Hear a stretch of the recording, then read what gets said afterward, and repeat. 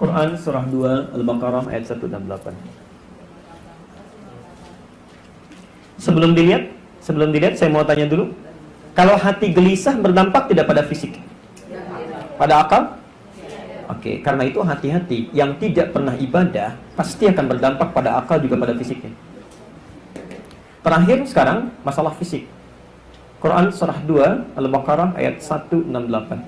Ya ayyuhan nasu kulu mimma fil ardi halalan thayyiban. Ini akhir bahasan kita dan kita akan berhenti sampai di sini. Sekarang perhatikan. Seperti seseorang menjaga akalnya, juga rohnya, maka manusia akan dipandang mulia dan sempurna jika juga bisa menjaga keadaan fisiknya. Maka nanti akan turun ayat-ayat yang meminta kita menjaga keadaan fisik kita. Ada nanti terkait dengan olahraga, ada terkait dengan kesehatan, ada terkait dengan perawatan. Tapi yang akan kita bahas hari ini sesuatu yang dipandang sederhana tapi dampaknya banyak terhadap roh, bahkan akal. Oke. Apa itu? Makanan yang masuk ke dalam fisik. Baik, pelan-pelan. Kata Allah, kalau fisik sudah dibuat sempurna oleh Allah, maka mesti dirawat, salah satunya diberikan asupan yang sempurna, yang baik. Makanan yang baik.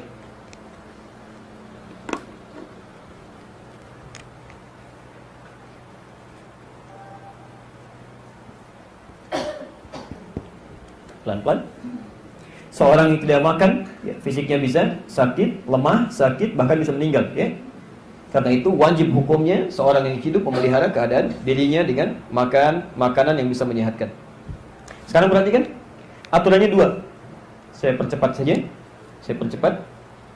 1, halal.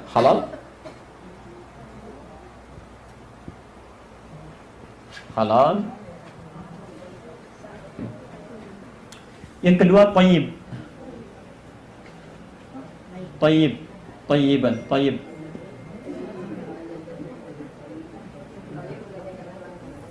Lihat ayatnya. An-nasu kulu mimma fil ardi halalan tayyiban. Pelan-pelan, nanti kita bahas. Sudah? Saya mau mulai dari sini dulu, dari tayyib dulu. Baru saya tutup dengan yang ini. Sekarang perhatikan sini. Kalimat Qur'annya dibuka dengan nas kan? Ya ayuhan nas. Apa artinya nas? Manusia. Baik, manusia itu orang Islam saja atau non-muslim juga? Artinya hukum ini berlaku universal.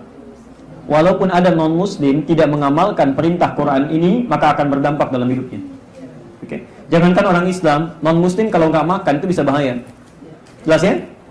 Baik, termasuk orang Islam juga. Jangan berharap misalnya, karena saya muslim sudah bersyahadat nggak makan pun pasti kuat. Tidak. Kamu bisa meninggal juga. Ya. Lihat sini. Thayyib itu kalau dalam bahasa bebasnya yang menyehatkan, baik untuk fisik, yang terbaik, ya. Yang menyehatkan, baik untuk fisik.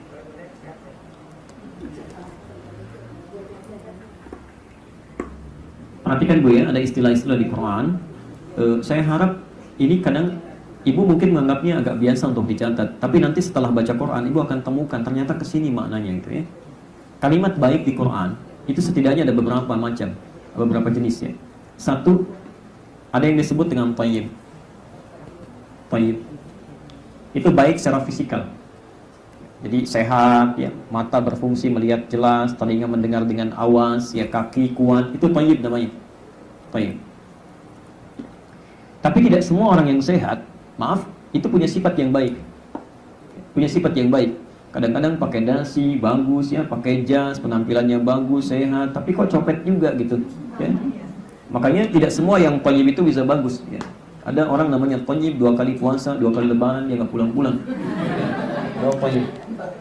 Makanya orang ini penting punya tambahan yang kedua, sifat baik dalam sifat ya. Yang jujur, yang sabar, yang tawadhu, yang macam-macam. Bahasa Qur'annya disebut dengan khair. Khair. Khair. Dan ibu kita disebut oleh Quran umat yang khair. Kuntum khaira ummah. Quran surah 3 ayat 110. Ibu catat saja, dibukanya lain waktu. Quran surah 3 ayat 110. Kuntum khaira ummah. Kata Quran, Anda adalah umat yang punya sifat-sifat baik. Ya. Jadi kalau ada orang mengaku Islam, sifat-sifatnya buruk, ada yang salah tuh dalam keislamannya. Karena kata Quran, kita umat yang punya sifat terbaik. Jadi kalau ada orang jujur, kita paling jujur. Ada orang sabar, kita paling sabar. Ada orang rendah hati, kita paling tawadhu. Jadi kalau ada orang mengaku muslim, ternyata tidak jujur, bukan penyabar, sombong, salah dalam keislamannya, mesti belajar.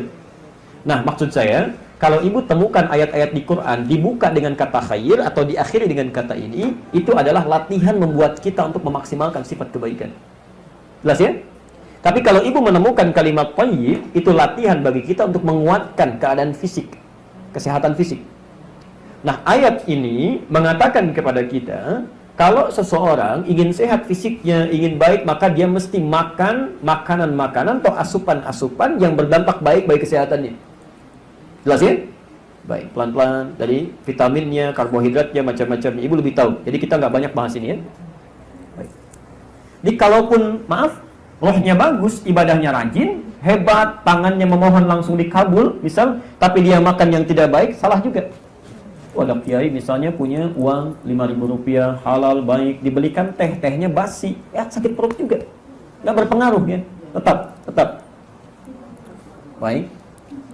Ada seorang non-muslim misalnya, makan atau minum, cuman kopi biasa, ya, tapi salah minum, ada sianidanya misalnya, bisa meninggal juga. Ini masalah. Kita doakan semoga cepat terungkap ya. Sekarang lihat sini, lihat. Kalau gabungan antara taib, saya selesaikan dulu ini. Gabungan antara taib dengan khair. Ya, di khair dengan taib kalau digabungkan, fisiknya bagus, sehat, baik, kemudian sifatnya juga baik, itu berubah menjadi saleh.